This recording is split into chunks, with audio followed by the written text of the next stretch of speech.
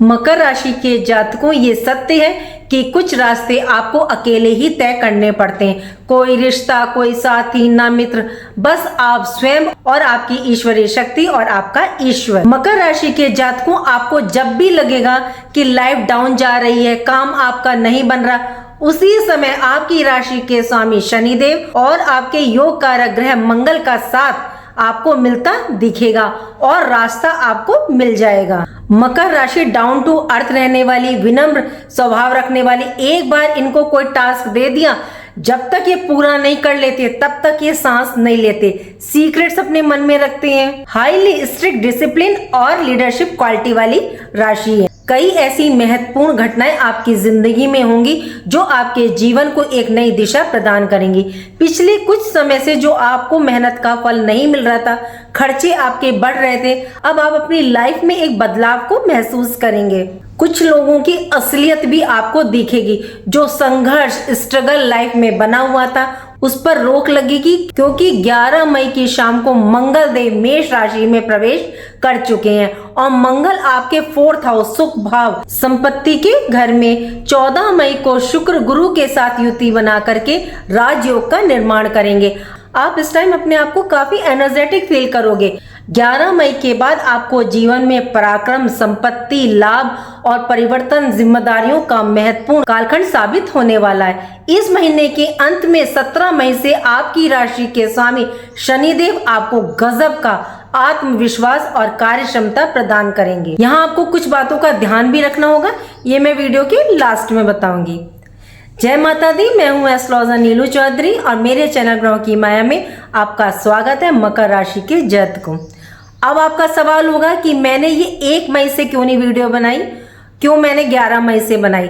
देखिए, जो ग्रहों का राशि परिवर्तन हो रहा है, जो ग्रह परिवर्तन कर रहे हैं, वो 11 मई की शाम से कर रहे हैं। अप्रैल से जो ग्रहों का गोचर था वो 11 मई तक आपका सेम ऐसे ही रहा, इसीलिए आपकी राशि पर जो परिवर्तन देखने को मिलेगा वो 11 मई से मिलेगा। चलिए जानते हैं ग्रहों की गोचरीय स्थिति।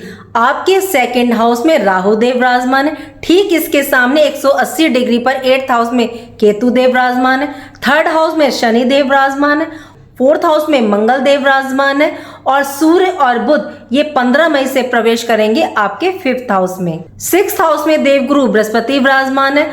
शुक्र 5th हाउस में रहेंगे 14 मई तक, उसके बाद ये प्रवेश करेंगे 6th हाउस में। चलिए जानते हैं इन ग्रहों का क्या इम्पैक्ट पड़ेगा आपकी लाइफ पर, पॉजिटिव या नेगेटिव। बात करते हैं मंगल की। 11 मई की शाम से मंगल आपके 4th हाउस में प्रवेश कर चुके हैं। 4th हाउस फैमिली का, हैप्पीनेस का, आपकी माता का, प्रॉपर्टी का, सेल परचेज का। मंगल क्या अग्नि है, मंगल की अग्नि जब 4th हाउस में जाएगी अपनी स्वयं की राशि मेष राशि में, तो इस टाइम आप अपने आप को ऊर्जावान, एनर्जेटिक महसूस करेंगे। कई बार क्या आप ना डिमोटिवेट हो जाते हो, तो मंगल आपको एनर्जी प्रदान करेंगे। मकान, वाहन लेने का योग बना रहे हैं। बार बार कहीं कोई खर्च आ जाता है, योजना आपकी बिगड़ जाती थी, तो इस महीने 11 मई के बाद प्रबल संभावनाएं बन रही हैं। प्रॉपर्टी में निवेश करने की सोच रहे हैं तो वहां भी लाभ की संभावना है। आपकी ऊर्जा प्रॉपर्टी बाइंग करने के समय में आपको अच्छा रिजल्ट देती हुई दिखेगी। मंगल सेल और परचेज दोनों के योग यहाँ पर बना रहे हैं। मंगल 11th हाउस के भी स्वामी है, तो पुरानी जो इन्वेस्टमेंट आपकी चल रही है तो आपको रिटर्न मिलता हुआ दिखेगा। कॉन्फिडेंस आपका बढ़ेगा, निर्णय लेने की क्षमता इस टाइम आप में बढ़ेगी। व्यापारिक गतिविधियों को आगे बढ़ाने के लिए कोई इंपॉर्टेंट डील आपकी फाइनल हो सकती है। बिजनेस आपका ग्रोथ करता हुआ दिखेगा। मंगल की दृष्टि देखिए मैरिड लाइफ पर है, तो यहाँ पर थोड़ा सा ध्यान रख करके चलिएगा। अधूरे कार्य आपके पूरे होंगे। यदि कैरियर में कोई विवाद चल रहा था तो वह दूर होगा। मंगल देखिए आपके 11th हाउस के स्वामी है, इनकम भाव के। 11 मई के बाद आपका सुख भाव, इनकम का भाव, आपकी इच्छाओं का भाव आपका प्रबल होता हुआ दिखेगा। यदि आपका कार्य फायर रिलेटेड है, पुलिस, आर्मी, स्पोर्ट्स संबंधित है, डेली वेजेस के कार्य है, तो कस्टमर बढ़ते हुए दिखेंगे। काफी टाइम से जो आप अपने आप को स्ट्रक सा महसूस कर रहे थे, तो अब आपको गति मिलेगी। 14 मई को शुक्र भी राशि परिवर्तन करेंगे। 14 मई तक ये आपके 5th हाउस में रोहिणी नक्षत्र में रहेंगे। इनकी युति गुरु के साथ होगी 15 मई से। तो कैरियर में अपॉर्चुनिटीज आपको देखने को मिलेगी। गुरु शुक्र की युति देखिए राजयोग का निर्माण करेगी। 6th हाउस रोग, ऋण, शत्रु का, हमारे एफर्ट्स का। वर्क प्लेस पर पर्सनली आपके जो विरोधी थे वह शांत हो जाएंगे। बार बार आपके लिए परेशानियां उत्पन्न कर रहे थे वे लोग अब शांत हो जाएंगे। आप उन पर इस टाइम हावी होते हुए दिखेंगे। ये योग आपके लिए वरदान साबित होगा। कोई पुराना कर्ज आपका था तो वह समाप्त होगा। किसी कार्य को लेकर के मन में, माइंड में कोई रणनीति चल रही थी, आपने रूपरेखा तैयार कर रखी है, तो अब उसे इम्प्लीमेंट करने का समय आ चुका है। बिजनेस सेटअप करना चाहते थे या पुराने बिजनेस में कुछ आप एड ऑन करना चाहते थे, कोई नया ट्राई करना चाहते थे, तो आप कर सकते हैं। आपकी कनेक्टिविटी इस टाइम बढ़ेगी। गुस्से को देखिए थोड़ा सा कंट्रोल रखिएगा। कम्युनिकेट करते वक्त थोड़ा सा शांति से काम कीजिएगा। 15 मई को सूर्य और बुध प्रवेश करेंगे वृषभ राशि में। ये आपके 5th हाउस में प्रवेश करेंगे। स्टूडेंट्स के लिए गजब का समय है। जो स्टूडेंट्स एग्जाम की तैयारी कर रहे हैं उन्हें लाभ होगा। कंपटीशन है, इंटरव्यू है, तो आप उसे क्रैक कर सकते हैं। 3 बातों का देखिए यहाँ आपको ध्यान रखना होगा, ये मैं आगे बताती हूँ, नहीं तो फिर आपको पूरा 100% रिजल्ट प्राप्त नहीं होगा। ये भाव देखिए पास्ट कर्मों का भी है, लव रिलेशन का भी है। तो लव रिलेशन में जो मिसअंडरस्टैंडिंग थी वह आपकी समाप्त हो जाएगी। लव रिलेशन में, रिश्ते में आपको स्पार्क मिलता हुआ दिखेगा। फ्रेंडली कनेक्शन बनेगा। यदि कम्युनिकेशन से जुड़ा आपका कार्य है, कंसल्टेशन में आप डील करते हैं, सेल मार्केटिंग से आपका जुड़ा हुआ काम है, तो इस समय आपको काफी अच्छा सपोर्ट मिलेगा। संतान की एजुकेशन से देखें तो उनका फोकस बढ़ेगा। बुध का देखिए 5th हाउस में आना आपके भाग्य को ये प्रबल बनाएगा। सूर्य आपके 8th हाउस के स्वामी है और 8th हाउस हिडन चीजों का होता है, तो अचानक होने वाली चीजों का, एस्ट्रोलॉजी, ऑकल्ट, गवर्नमेंट जॉब में है तो आपके लिए काफी अच्छा रिजल्ट लेके आने वाले हैं सूर्यदेव। गुरु बृहस्पति 6th हाउस में है। 2 जून से ये कर्क राशि में आपके 7th हाउस में प्रवेश करेंगे। 6th हाउस में इनकी युति शुक्र के साथ होगी। देव गुरु बृहस्पति एक सात्विक गुरु हैं और शुक्राचार्य जी एक असुर गुरु हैं। सात्विक और तामसिक प्रवृत्ति का जब मिलन होता है तो आपको क्या देखने को मिलेगा, आपकी लाइफ में थोड़ा सा कंफ्यूजन, तो ये कंफ्यूजन क्रिएट करेगी या ऑफिस पॉलिटिक्स होते हुए आपको दिखेगी, लेकिन शत्रु आपके परास्त होंगे। यहाँ ध्यान रखिएगा किसी से एक तो बेवजह आप पंगा ना लें, किसी के काम में टांग ना अड़ाएं। गुरु 6th हाउस में है तो स्टमक रिलेटेड थोड़ा सा ध्यान रखिएगा अपने खान पान का। राहु आपके 2nd हाउस में, धन भाव, वाणी भाव में। वाणी को ये आपके कठोर बना रहे हैं। आप 100 की एक बात ही मारोगे सामने वाले को, वो उसको चुप जाएगी। तो यहाँ विशेष ध्यान रखें, सोच समझ करके बोलें। ईगो को आपको मन में नहीं रखना है। आप शब्द किसी को ना बोलें। आप अपने स्वभाव, वाणी के द्वारा गलती कर सकते हैं जिससे आपका बनता हुआ कार्य बिगड़ सकता है। मंगल देखिए आपके 4th हाउस में, तो घर परिवार में अनबन हो सकती है। तो वाणी में शब्दों का चयन बहुत तोल मोल करके करें। देखिए कई बार क्या होता है कि हम बड़े बड़े उपाय करते हैं, वो भी काम नहीं आते। यदि हम उस ग्रह से संबंधित डिमांड को मान लेते हैं तो फिर हमें उसका रिजल्ट पूरा प्राप्त होता है। शनिदेव आपके 3rd हाउस में, और 3rd हाउस में हार्डवर्क बहुत करवाते हैं। लेकिन मकर राशि वालों के लिए एक बात तो है, शनि कितनी भी मेहनत करवाएं लेकिन जिंदगी मकर राशि की चलती ही रहेगी। हार्डवर्क, डिसिप्लिन में विश्वास करते हैं। सोशल मीडिया रिलेटेड यदि आपका कार्य है तो उसमें आपको सक्सेस मिलेगी। शनि आपको जिंदगी का असल मकसद सिखाते हैं। शनि आपको इतना तोड़ देते हैं कि आपको छोटी मोटी प्रॉब्लम से कोई फर्क नहीं पड़ता। शनि आपको मजबूत और कर्मठ बनाते हैं। शनि काफी टाइम से पीड़ित थे, पहले वे सूर्य से थे, फिर मंगल से इन्होंने विस्फोटक योग बना रखा था। कल 11 तारीख की शाम से शनि बिल्कुल स्वतंत्र हो गए, और शनि जितना स्वतंत्र रहते उतना अच्छा रिजल्ट ये प्रदान करते हैं। तो अब ये आपके कार्यों का, मेहनत का रिजल्ट अब ये प्रदान करेंगे।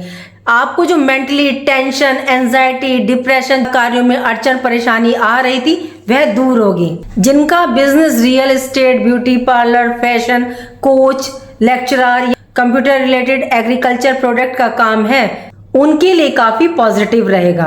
देखिए शनि 17 मई से जैसे ही रेवती नक्षत्र में प्रवेश करेंगे, और ये नक्षत्र बुध का है, तो ये नक्षत्र आपको सुख समृद्धि प्रदान करेगा।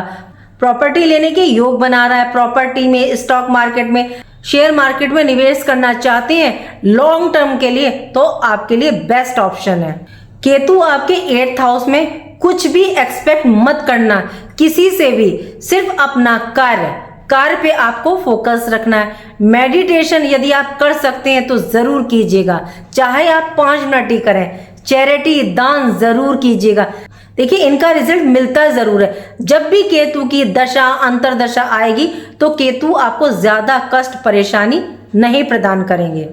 शनि आपके 3rd हाउस में, कार्यों में रिजल्ट का ना मिलना, साहस में आपकी कमी, मैरिड लाइफ में अनमन खर्चों की अधिकता, ये आपके कार्यों में डिले कर रहे हैं, परीक्षा ले रहे हैं। लेकिन ये दुख और परेशानी जो आपको दिख रही है, जैसे बादल बरसने के बाद आसमान साफ हो जाता है, आपकी मेहनत सफलताओं से क्लियर होने वाला है।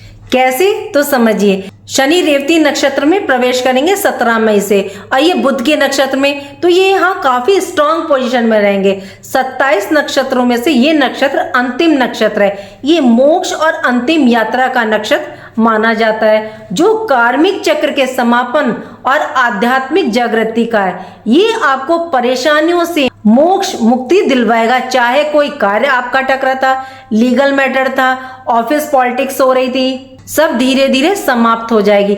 ये समय आपके लिए देखिए नेगेटिव नहीं है, लॉन्ग टर्म स्टेबिलिटी प्राप्त होगी। देखिए ध्यान क्या रखना है, किसी पर भरोसा ना करें, पैसा किसी को देखिए उधार मत दीजिएगा, संगति को अच्छा रखिएगा और आर्ग्यूमेंट करने से बचिएगा, वाणी पर कंट्रोल रखिएगा और जो डिसीजन आप ले रहे हैं वो बहुत सोच समझ करके लीजिएगा। लास्ट में सबसे जरूरी बात, मकर राशि देखिए 3 नक्षत्रों से मिलकर के बनती है, उत्तरा आषाढ़ नक्षत्र, श्रवण नक्षत्र और घनिष्ठा नक्षत्र। यदि आपका जन्म उत्तरा आषाढ़ नक्षत्र में हुआ है तो ये नक्षत्र रेवती नक्षत्र आपको थोड़ा सा आपके कार्यों में परेशानी ला सकता है। तो यहाँ आपको बटुक भैरवनाथ जी की आराधना पूजा करनी है, या आप शिव की आराधना भी कर सकते हैं। दूसरा, यदि आपका जन्म श्रवण नक्षत्र में हुआ है तो शनि यहाँ आपको कर्मठ बना रहे हैं, ये आपके लिए अच्छा रहेगा। यदि आपका जन्म घनिष्ठा नक्षत्र में हुआ है तो शनि का ये नक्षत्र परिवर्तन आपके कार्यों में थोड़ा सा ना डिले कर सकता है, थोड़ा सा रिजल्ट धीरे ला सकता है। तो इसके लिए आप भी शिव की आराधना करें या बटुक भैरवनाथ जी की आराधना करें। अब आपको उपाय क्या करना, देखिए उपाय करने से क्या होता है कि जो ग्रह हमारे रिजल्ट नहीं दे रहे होते हैं या उनकी डिग्रियां थोड़ी कम होती हैं, तो उपाय करने से ना उन्हें बल मिल जाता है। तो पहला उपाय है आप माँ दुर्गा की आराधना करें, या आप माँ दुर्गा के कवच का पाठ करें या सुने। दूसरा जो सबसे जरूरी है, चैरिटी कीजिए, दान कीजिए, कहीं सेवा कीजिए, जो पॉसिबल है वो कीजिए। तीसरा, आप विष्णु सहस्त्रनाम का पाठ या तो करें या सुन लीजिए। कभी भी आपको यदि ज्यादा परेशानी आ रही है तो ये उपाय करने से काफी राहत प्रदान होती है। आपने एक सूखा गोला लेना है नारियल, उसमें कसार भरना है। अब कसार क्या होता है, जो हम सत्यनारायण की कथा में बनाते हैं, आटे को घी में भून के जब वो ठंडा हो जाए तो हमें उसमें थोड़ा सा मीठा मिलाना है, वो आप उस सूखे गोले में भरिए और उसको जाकर के पीपल पे रख के आइए। अगर मिट्टी है उसमें दाब सकते हैं तो बहुत अच्छा, नहीं तो आप रख के भी आ सकते हैं। उम्मीद करती हूँ कि जो जानकारी मैंने दी वो आपको पसंद आई होगी। पसंद आई है तो लाइक कीजिएगा, कमेंट बॉक्स में हर हर महादेव लिखिए और मेरे चैनल ग्रहों की माया को सब्सक्राइब कीजिए। यदि आप चैनल पर नए हैं तो प्लीज चैनल को लाइक करें, सब्सक्राइब करें और कमेंट बॉक्स में हर हर महादेव लिखें। राधे राधे, जय माँ बाबा।